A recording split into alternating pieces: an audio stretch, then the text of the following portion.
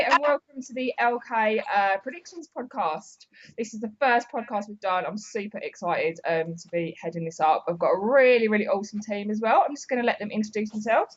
If you want to say hello, Joe. Hi, you're right. Oh, you did say me, didn't you? Hi, my name's Joe. I'm a gooner. You can follow me on Twitter at Le Joe Chapman. And I'm going to be here for next season, helping Louise out predictions and having banter with Cal and James. And Louise might join in as well, I suppose. I might do. All right, Callum, do you want to introduce yourself? Hello, I'm Callum. You'll find me on Twitter under at Emirates Zone. And following the other guys, I'll be here for the season, talking about fixtures, results, transfer rumours, and throwing a bit of banter in as well. Good stuff. And finally, obviously, we've got James. Hello, evening. It's Twitter. It's LL Cool James 91. I'm here because they basically couldn't afford Ian Wright or Stan Collymore. Yeah. It was on a budget. Funny story about Ian Wright. The reason I'm a gooner is because I met Ian Wright when I was 7 years old and managed to play in a ball pool with him. Jealous. No way. Of all the claims to fame. Yeah, well, my friend's dad had a pub, and somehow he managed to rope Ian Wright in to open the new family area. And because I was his best mate, I got to play in a ball pool with Ian Wright. There is a photo of me somewhere with Ian Wright in a ball pool, but fuck knows where it is in the planet, seriously. that has to be found for the website, if anything else. It has to be found for my life. Yeah. Any and for that. The 90s doesn't need rope into a pub, to be fair. Right, hey, before you start talking on like old women, you're worse than me, honestly. Let's crack on. Obviously, we missed the first week, which was a bit of a shame. But last week's games, like, what do you think? Obviously, my kind of pick of the games would be Man City Cardiff because Man City got smashed. But Indeed. We'll start By with Fraser Campbell, of all people. Yeah, exactly right. Right, we'll start with you, Callum. What was your pick of last week's games? I'm not gonna go for the obvious. Well, at least I don't think it's obvious. My favourite would have to be the Palace game, Palace Stoke, mainly because our old boy Shamak scored a goal. He scored a belter, didn't he? It was a cracking goal. costs. Exactly, and there's a little bit of pride there, and I was happy for the guy because I think he got a rough deal at Arsenal.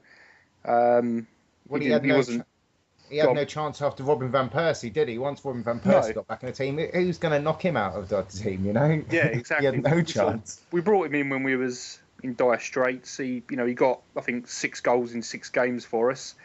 RVP came back all fit, and then he just got sort of dropped and was almost never seen again. So he got a bit of a rough deal. But no, I think for that reason that was my pick of last week, just to see him back in a football shirt on a pitch and playing well and enjoying himself. On a pitch that isn't a reserves pitch, yeah. Exactly, yeah. Always reserves. Exactly right. All right then, Joe, what was your pick of last week's game? Well, in my current situation, it's very hard to watch football here. Oh, that's what happens when you live in Paris, isn't it? Well, I'm sorry about that. I get to watch French football's no problem. But English football's difficult. But I did manage to watch the Arsenal Fulham game, so I'm going to have to go with that. I'm very proud of the way the team responded. I think Podolski, after all these rumours about him leaving, which I was talking to James about it in the week, just saying like how we can't let this man go. He's world class. I don't get why he doesn't play more, to be honest. Exactly, yeah. I mean, he's even just for his personality, Yeah, around the ground and for morale and stuff. I think he's quite an important asset. But second to that, he's actually a world class player. You don't get 100 caps for Germany if you're, some 2-bit player. That's exactly what I was going to say. He's at 100 caps for Germany, this guy. Come on, he should be playing in the Arsenal starting 11. Player to get 10 goals as well. People forget that. Quickest Arsenal player to get 10 goals. Yeah, he's not in the starting 11. It's a joke. But no, they had a very good game on Saturday, and he particularly had a very good game on Saturday. Guys, phenomenal. Isn't he injured now, though? He's out for he's out for 3 weeks, they reckon. Yeah, we need Gervinho. Could have done with Gervinho. We should have kept him, shouldn't we? No, I don't think we're ever in that sort of situation where we need to keep hold of him. I'd rather bring Denilson back. Oh, no. That was a lie. That was a lie. So, all right then, James. James, what's your pick of last week's games? Well, I've put the Cardiff Man City game and the Arsenal Fulham game. I'll do Arsenal first, obviously. I thought coming out of the Villa game, the players got a lot of stick as well as Wenger because the heads went down, whereas with Aston Villa, they just kept going for the whole 90 minutes. Like Lambert was up, going, come on, keep going. Wenger's just sat there, like he didn't even get off the touchline. I think Steve Bold was doing most of the screaming and shouting. And then, like what Joe said about Podolski, to come in when people are like, he's not world class. I don't think he's very good. And those 2 goals were phenomenal, especially the second one. It was a pile driver, smashed it. Unreal. Have some of that. And Ramsey and Cazorla as well in that midfield was superb. But going on to Cardiff, they went to West Ham first game, and that was a welcome to the Premier League. They, for Joe Cole as well to score a goal like that, they got embarrassed, and they deserve it. They really deserve it because the fans up there are great. I mean, I went to Arsenal Chelsea and Arsenal Southampton up in Cardiff FA Cup finals, and their fans welcome Arsenal fans, or the away fans. They loved Arsenal being in the city. And their manager's good as well. I like Malky Mackay. I think he's a very good manager. And I believe in a few years, like Martinez at Everton now, he'll get that push to a bigger Premier League club. And also Fraser Campbell. I mean, anyone that has an injury like that to come back. Who would have thought? To score 2 as well. And he's ex-Man United. I know he's ex-Spurs as well. But for him to come from Man United youth and to score against Man City, he must have been on cloud 9. James, hold your horses, mate. That'll probably be the best day Fraser Campbell has in a long time. Yeah. So don't go Fraser Campbell for England do anything quite yet. No, Fraser Campbell for England just yet, but brilliant for him. Great to score 2 goals as well. But Joe Hart and the Man City defence, they're like Liverpool when you take company. They're not the same team. Well, Joe Hart seems to have a lot of dodgy moments. He was terrible in the England-Scotland game, wasn't he, when he let that one through from, was it Kenny Miller? Was it Kenny Miller's goal? Yeah. When he let through at the beginning? Remember he scored the first one? Yeah. He's clanger. Oh, but we're all Arsenal fans, obviously. And being an Arsenal fan, the transfer window's pretty bit of a tumbleweed moment, really. So it is. I played the deadline day drinking game last year, and I was pretty much sober. It's just pointless. It's going to be the worst game to play for an Arsenal fan, isn't it? Really? Yeah, it really is, especially if you want to get drunk. Yeah. So who do you think we are going to sign? Because obviously we're 2nd of September, so we've not got long left. My heart's saying no. I'd say. My heart say no, my head say no. It just seems to be everyone we go for doesn't want to join us, or he's not willing to spend the money. Yeah, the only thing I'd say to that is, I think I don't know if it's just me being over optimistic, but I think it's a ploy as well. No player, especially at clubs like Real Madrid, are going to stand there and put their hands up and say, "Yep, I want to leave the club." And put themselves in that situation. They're obviously going to come out and say, "No, I enjoy my football here. I want to stay here." Blah blah blah. Mm-hmm. Secretly thinking, "Yeah, I'm not getting played. I'm sitting on the bench. I want to go." Waiting for that right offer to come in, and then they can try and make it look as though the club has decided their fate as opposed to them. Because if they have to stay at the club, and they've come out and said, "Yeah, I want to leave," they're going to get a torrid time. That's true. I think suppose a little bit it's part of a market employ by the player and the agents, but. Yeah, I don't know. It's a difficult one to call. I mean, it's the first especially in Madrid as well, because you've got to live there. If you how they take their football over there, you got to live there with them lot. And if you say you want to go, I wouldn't want to do that. I suppose, of course, with the Real Madrid situation, like Benzema, Özil's apparently on the move, isn't he? And who do we want? Di Maria. I suppose it all hinges on the Bale deal, doesn't it? If the Bale deal doesn't go through, then they're not going to let 3 world-class players just leave, are they? You know? If we could take anyone from Madrid at the moment, Iker Casillas. He's on the bench. He is on the bench. He's on the bench. He is on the bench, but there's no way in hell he's going to leave Real Madrid. He's not going to leave his boyhood club. I never thought Raul would leave. Would leave. Yeah, but Raul was at the end of his career, He's still scoring. Casillas is only about 31, isn't he? He's not very old. 32, 30. I think he's 32 or 33. fine time for a goalkeeper. We got Lehmann at that age, didn't we? Yeah, And he's an ideal candidate. If I could take one player at the moment from any team, put him in Arsenal, I'd take Casillas. The only thing I'd say to that is, in normal circumstances, I would agree with you and be like, yeah, Casillas is available, snap him up. But this, at first I thought it was just Mourinho because he's stubborn and he's Mourinho, and Casillas had one bad game or they had a falling out, so he dropped him for the rest of the season. So I thought, it's just Mourinho being a douchebag. As soon as a new manager comes in, no one in their right mind would drop Iker Casillas from that starting lineup. But another manager has come in and he's doing the exact same thing. So there's got to be a reason why he's being dropped. Is it because his form's dropping? Age is coming against him. So I think you might want to sort of think about that a little bit. I don't think he's lost it for Spain, though, has he? He still plays number one for Spain, I wouldn't say lost it by all accounts, not at all. No, I mean, he's still a world-class goalkeeper, but for two different managers to now drop him for the same club, it's got to say something. Do you know what I mean? If it was just Mourinho, then you could think, right, they also just had a misunderstanding or whatever. You can let it go, but I don't know. Yeah. Totally I'd still take him, but I think it's the form of the other keeper that's come in, because you can't justify dropping someone that's still doing a really good job, because the other keeper, I don't know his name, I'm not going to lie. Diego he has Lopez. been performing Is it Diego Lopez, the other keeper? Yeah, that's it. Yeah. I have no idea, but yeah, he's done really well. I mean, I do like Szczesny, and I think the double save that he did against Fulham and the one against Fenerbahce last night was phenomenal. But when your most experienced goalkeeper in your team is 23 years of age, yeah, it's worrying. I mean, it's not a bad thing because it can go in our favour, because it means he's going to be around for, another. Oh, 10 definitely. years plus. Who's he learning off? There's no one. Fabianski.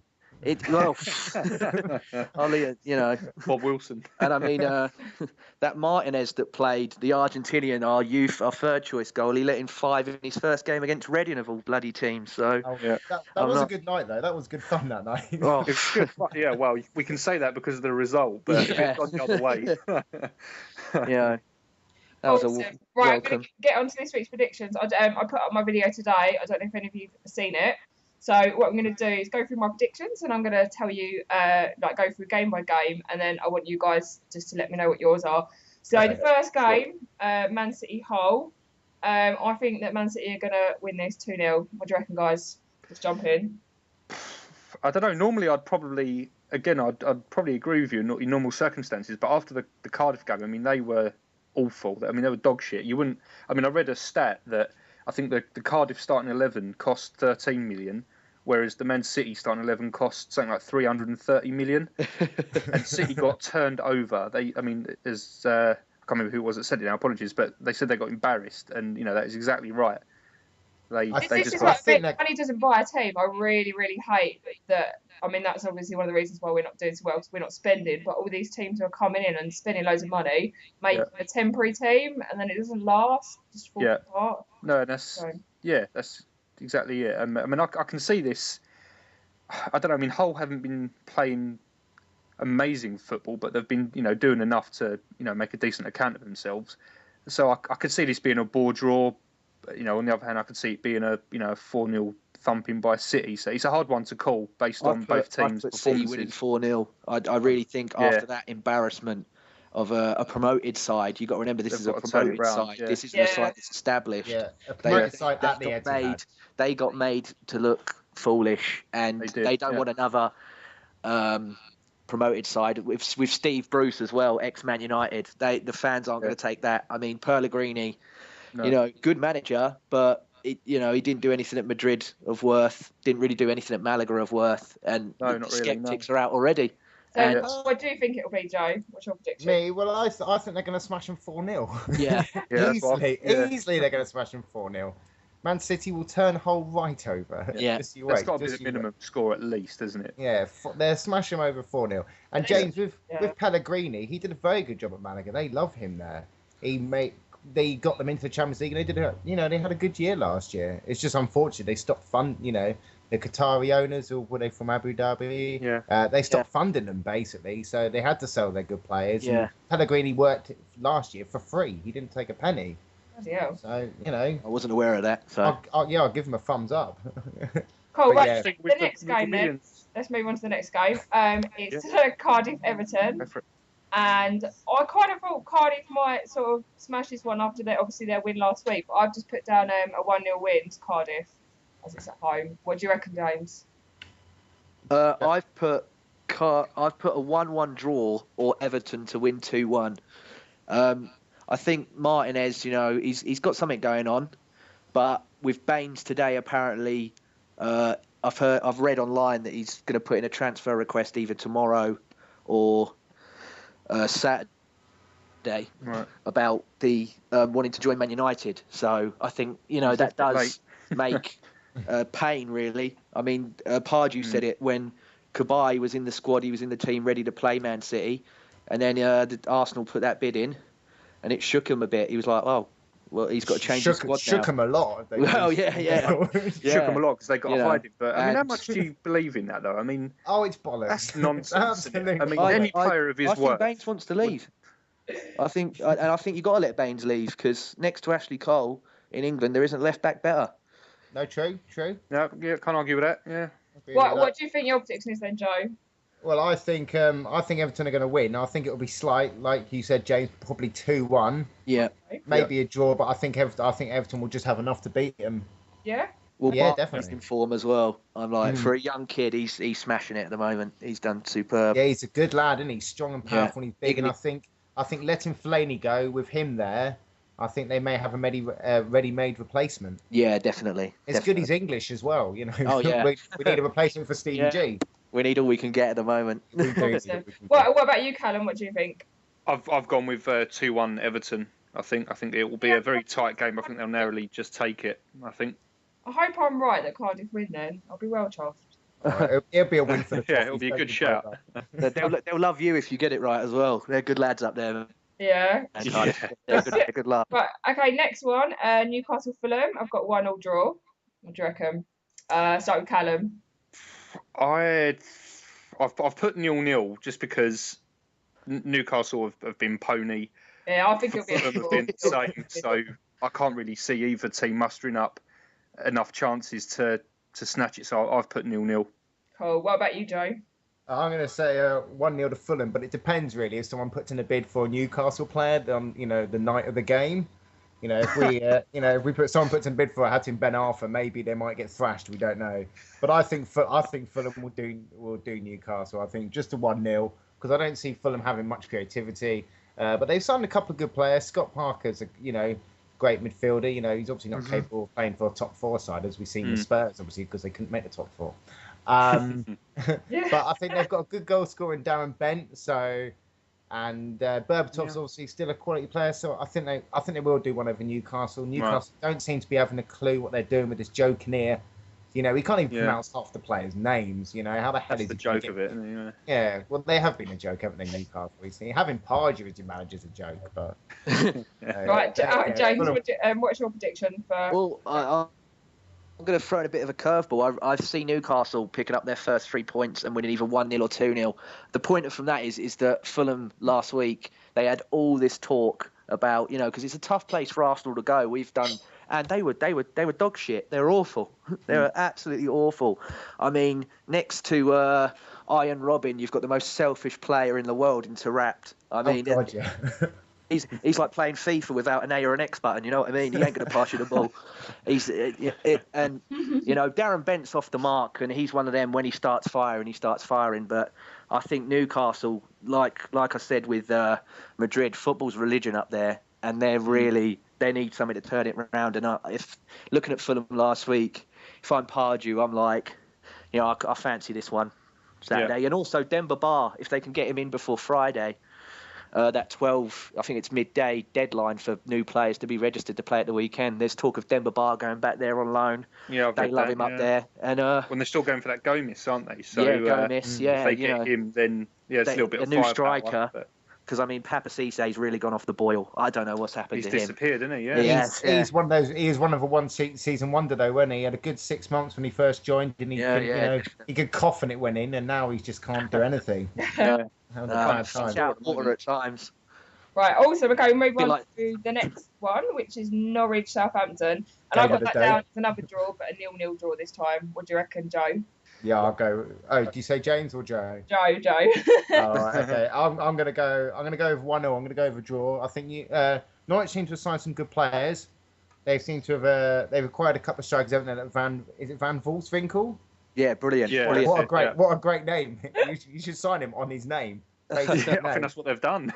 Yeah. That was one as well out of the blue as well, because that was a guy that was linked with Bayern Munich and Juventus, and he's ended up at Norwich of all places. Yeah. You know, that is. And I mean Gary Hooper as well. Yeah, Gary Hooper. For him to start. Super Hooper is phenomenal. I mean, I've got Scottish family who are Catholics, so obviously Celtic fans, and watching him, this guy, he reminds me a bit of Defoe and Ian Wright. If you put the ball at his feet and he's in the box, he's got a goal. It's a goal. He'll win you. He'll win your games on his own. Ian Wright, it'll be all right for them, really. I think. Well, we've got play. He's got smashed up legs at the moment, so he's not playing basically. Yeah. It's all down to Wolfswinkel. What did you think, James? What do you think your prediction is for the Norwich? Southampton at the moment are another club where I'm like, how are they getting these players? Like Victor Wanyama, Arsenal desperate for a player like Victor Wanyama, and he's at Southampton. The Johnny Depp lookalike, I can't even remember his name. Is it Osvaldo? He was Caribbean. Yeah, he's in there. Don't know how he's there. And I like Pochettino as a manager. I think Southampton are going to win 2-1. Yeah. And I think Southampton are a bit like Swansea were in the Carling Cup. They're a team to watch this year. I really do think Southampton, like Shaw, Ward-Prowse, they've got some players in there. I'll go with you on that. Definitely. They're an outside shout for a Europa League place. I really do think that times are changing up there in Southampton. And if I'm a Southampton fan, I'd be really excited. But you've got to keep them. Because, I mean, like Bale, Chamberlain, Walcott, you got to try and keep them now. Cool. All right, then, Callum, what about you, finally, for the Norwich Southampton? I've gone 2-0 Southampton. I think with the way they're playing at the moment, you got sort of Lambert, you got Osvaldo who's finding his feet. I think they're just going to be too strong for Norwich. I mean, I rate Chris Hughton as a manager, and I think he's done fairly well at Norwich, but I think it's starting to slip away from him a little bit. And Pochettino, he seems to be a good manager. Don't agree with it. He can't speak a word of English, but he seems to be doing wonders up there. So I think they'll take it fairly comfortably. Brilliant, cool. All right, then next game. My cousin is a massive West Ham fan. So West Ham Stoke. I have gone for 2-0 West Ham. I think West Ham are going to clinch this one. What do you reckon, James? I reckon it is going to be the most boring game in humankind. It is going to be a human version of Pong for the Atari. That ball is going to be in the air, back in the air. Come on, let's play long football. But I think West Ham have just got a bit more than Stoke. And, Mark Hughes, I've never rated him as a manager. I still don't rate him as a manager. And I've got to go for a 3-1 West Ham win. Otherwise, Charlie's going to kill me because he will listen. And he is West Ham till he dies. And I've got to go drinking with him Saturday night. And I don't fancy me and him having a fight, to be honest. So I'm going to go 3-1 West Ham. Alan, what do you think it will be? I've gone for 2-1 West Ham, only because I don't want Stoke to win. But secondly, because I think West Ham will be that little bit sort of stronger. But with players like John Walters and, sort of Crouch and others like that, they've still got a goal in them, Stoke. And, they came back from a goal down to Palace at the weekend. So, 2-1 West Ham, I reckon that one. Cool. And finally, of course, Joe, what do you reckon West Ham? I think the Hammers are going to. I think they'll win that one 2-0. I think really. I don't think Stoke fall that away from home. At the Britannia, they can bully teams. They've got their raucous crowd behind them. But I think when they go away, I don't think they've got it. And I think Sam Allardyce, I know he plays a bit of long ball up in the air, elbow in the face kind of football. But he seems to have done all right there at West Ham. He seems to have, he's established them back into the Premier League, and I think they will get stronger. And I think they'll do Stoke over, to be honest.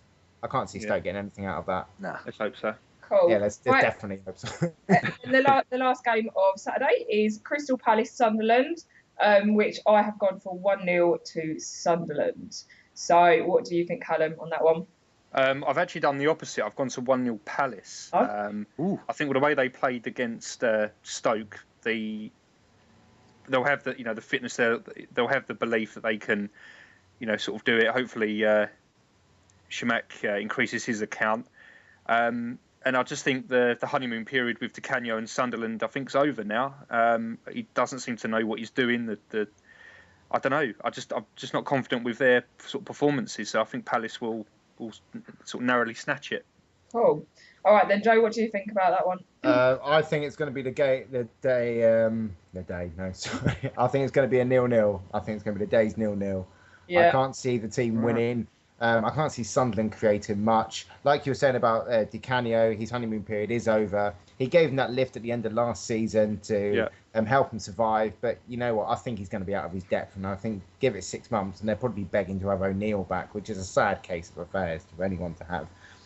Crystal Palace, they've been quite unlucky in their first 2 games. Only lost to Tottenham on a penalty. And, of course, they're 1-0 up, courteous of Shamak's wonder goal. I'd rather see Palace win than Sunderland, but I just can't see either getting the result they want. So cool. All right then. So then we go on to Sunday's games. The first one on Sunday is Liverpool Man United. I've put down 2-1 to Manchester United. So yeah, what do you think, James? I've done the same as you. I've gone 2-1 Man U. I think they've just got a bit more than Liverpool. Yeah. The only other factor is Daniel Sturridge's form at the moment. The guy is on fire. Like everything he's touching is gold. Even in the Carling Cup last night, I think he got 2, or Capital One Cup, whatever I don't know. They change it all the bloody time. The Milk Cup. Yeah, whatever it's called. The one that no one really cares about, Cup. That one. Yeah. That's the one. Yeah. I think until we win Sturridge, it. Yeah, definitely. Well, yeah, until we win it. Yeah, true. But yeah, I just think with Percy, which still pains me to say, with possibly Baines and Rooney's still there for the time being. I don't know what's going to happen there. That's a dragged out saga if I ever saw one. But I just think they've got a little bit tiny more than what Brendan Rodgers and Liverpool have. Cool. All right then. What's your view on Liverpool Man United, Joe? I'm gonna say a draw actually. Yeah. Yeah, I am. I'm gonna go against it. Like personally, I'd like to have a 22-man brawl. And then the game to be called off for indefinitely and points deducted, but that's not going to happen. So because I can't really stand either. But I think, like you were saying about Daniel Sturridge, and who's the young Brazilian they've got there? Is it Coutinho? Coutinho, yes. Yeah, they seem to link up. They seem to link up Yeah. very well. And they seem to be playing better without Suarez. So I don't know why they just don't sell him to us for that extra quid. Throw in some Freddos might Freddos and some iced tea, and maybe we might be able to get on something. Yeah. And I think Man United are still adjusting to life without Fergie. They drew with Chelsea in the week, which I didn't watch, but apparently it was the most boring game ever in Premier League history. That game for me was a woman sat to the left-hand side of David Moyes' dad. She was top class. The rest on the pitch was just dog shit. It was awful. That was the best bit, wasn't it? You were just perving on women. Yeah, pretty much. You can do that on the internet. Moyes You don't is have to watch Man United Chelsea. And the way they hyped it, and then you get a game like that. If I was Sky, I'd thought that's advertising budget we wasted there. All right then. Then finally, obviously, sorry, Callum, I haven't asked you. What do you think about Liverpool Man United? Just based on recent performances by both clubs, I've gone for 1-1. I think, as you guys have pointed out, I think Sturridge and Coutinho look quite strong at the moment, playing quite well. Sturridge is getting a few goals. He's found where the back of the net is. And I think with United, they've still got that same threat of Van Persie, unfortunately. Stop bringing it up. I know, I'm sorry, I didn't mean to. I just think they'll sort of cancel each other out. I mean, Man United Chelsea was poor. United just didn't have anything really going forward. Liverpool were lucky against Notts County last night, was it, I believe? Yeah, just about done it. I think both clubs are going to be going into this game off the back of pretty disappointing games, really. So, yeah, I've pitched in at 1-1. Cool. Okay, and then we've got West Brom Swansea. I have done 1-0 to West Brom for that game. We'll start with James. Time, what do you think for this game? Oh, hello. He's having a think. All right, yeah, Joe, I was talking to you. Oh, I thought you were talking to James. No, that's why I'm quiet, mate. Oh, right, okay. God. West Brom Swansea. I'm gonna think Swansea are gonna pick up their first win of the season. Yeah. Yeah, I don't think. I think West Brom had a really good year last year. Steve Clarke had a great first season in management. But I think Swansea, they've lost a couple of games, and I think they're going to be ready to fight back. Swansea always play with a good style as well. I think they're going to have too much for West Brom, and I think it'll be narrow, probably 1-0, maybe 2-1. I don't think you'll see many goals, but I think Swansea will edge it. Oh, all right then. And then Callum, what do you think? I've had a stab at 2-0 Swansea on this one. I mean, I don't know where that's come from. To be honest, I've just had a complete stab at it. I don't think either team have kind of lit the league up at the moment. But on paper, I think Swansea are probably just edging it in terms of quality and goal scorers, really. West Brom don't know what's happening with Anelka yet. I'm pretty sure Odemwingie isn't going to be making an appearance. He'll be outside of his car. He'll be outside of the car, mate. Making an appearance for someone else, yeah. He'll be coming to a car park near you. So yeah, I've gone 2-0 Swansea on that one. Cool. And then finally, James, what do you think about that game?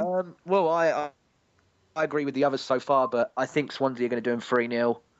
Yeah. Because Malcolm Laudrup, I think, brilliant manager, and I think he likes the way that the last season they were spanking teams by a big amount of goals, and I think he's going to go out there and he's going to be like, right, Bonnie, Michu, let's just go. Because West Brom, I mean, like I think Joe said with Steve Clarke last season, that second season syndrome's kicking in for West Brom at the moment, and I really do think Swansea are going to win. But on Anelka, I just want to say. I did slag him off last week on Twitter, saying, he's quit because he's an incredible sulk. But to find out the reason why he quit was because of bereavement of his brother-in-law, who's also his agent, that died. Yeah. And for him to now, he's come back to training today, actually, I've read. So Anelka back, because to come from a bereavement is, it's quite amicable for a player that got a lot of slack. So... yeah, I'd like to apologise to the West Brom fans that I tormented for laughing. Anelka leaving. Good man. I didn't torment Anelka about that, but I could torment him about how he treated us a good few years ago, and everyone else ever. He does love his brother-in-law. I mean, his brother-in-law was the reason he left Arsenal in the first place, because he headbutted David Dein. So... He headbutted David Dein. How dare he? Yeah. So that was the reason he left. He wanted more money, and David Dein was like, "You're 18 years old. Why? What do you need for? You haven't passed your driving test." And Anelka's brother got angry and brother-in-law got angry and headbutted David Dein, and that's why we sold him to Real Madrid. Yeah, but you've got to remember that headbutt ultimately led to us signing Thierry Henry. So, come on, we've done all right Every cloud. Yeah, exactly. I'll get headbutted by someone to sign Thierry Henry, Okay, on the subject of Arsenal, obviously, this week it is the big North London derby. I absolutely hate watching the North London derby because I honestly think it can go either way. I mean, obviously, Arsenal, we're going to get loads of stick if we lose to Tottenham, but, I mean... I don't know. Yeah. I've put 3-2 to Arsenal, obviously. So we'll start with Joe. What do you think for the big North London derby? 5-2, third season running, definitely. Yeah. No. I might put a cheeky bet on though. In the words of Liverpool, what are you smoking over there? I think it'll be close, but I think Arsenal will edge it 2-1. Yeah. I think Spurs will get another cheeky penalty and Soldado will smash it in again. Yeah, that Soldado Penn's a good player, isn't he? He's good at penalties, yeah. Comes up on BBC, Soldado Penn. I'm like, I haven't heard of Soldado they've signed. I've heard of Soldado Penn. So yeah. But no. Callum, what do you think the North London derby will be? Oh, there's so many factors, isn't there? Really, I don't know. I mean, it literally can go either way. It's one of them games. It's kind of come. I know it sounds obvious, but it's going to come down to the day and who's got their head screwed on. And I don't know. I've put Arsenal edging it 2-1. Obviously Spurs goal will have to come from a penalty. They haven't scored an open play yet, and they haven't looked likely to either, especially with Monkey Boy not being around. So. They've lost that attacking edge that they had last season. With cutting down the wings, cutting into the middle, supplying balls into the box. They haven't got that, and it's shown so far this season really. So I think we've got the edge. 2-1 is what I'm hoping for. above anything else. Did you say 2-1 as well, James? I totally forgot. I did, yeah, 2-1, yeah. They're just legit. You said 2. What about James? What's your prediction? I'm going to go with Arsenal fans, TVs, Robbie and Bully saying Arsenal 3-1. Yeah. I think Giroud's going to score. I think Walcott's going to score, and I think someone that none of us are going to expect will score, like Monreal, Jenkinson. Yeah. I mean, Mertesack's 2-2 against the Spurs as well. Yeah. I would love Jenkinson to score the winner. I would love someone that. Unexpected. Yeah. I think someone's going to have to step up. That Jack we or Jenk, I think the winner would be ideal. I mean, like Callum said, they haven't scored in open play yet. The only thing that is worrying to me is that they've signed this Lamela today, who none of us really know and haven't seen. And so he's a left winger, so he's going to be against Jenkinson, who is at times frail. And I mean, Christian Eriksen is also linked with Spurs, and if they can get him in before Friday midday, I'd be worried about him as well. I don't know. I think these are just another example of Twitter signings, because this Lamela, I've never heard of him until Twitter started, sort of putting his name around. I can comment one way or another. So, but to command a 30 million, he's an Argentinian international. So I think that speaks enough with the players that they've got. Yeah, but he's going to Tottenham though. So what player worth their salt with a £30 million price tag joins Spurs?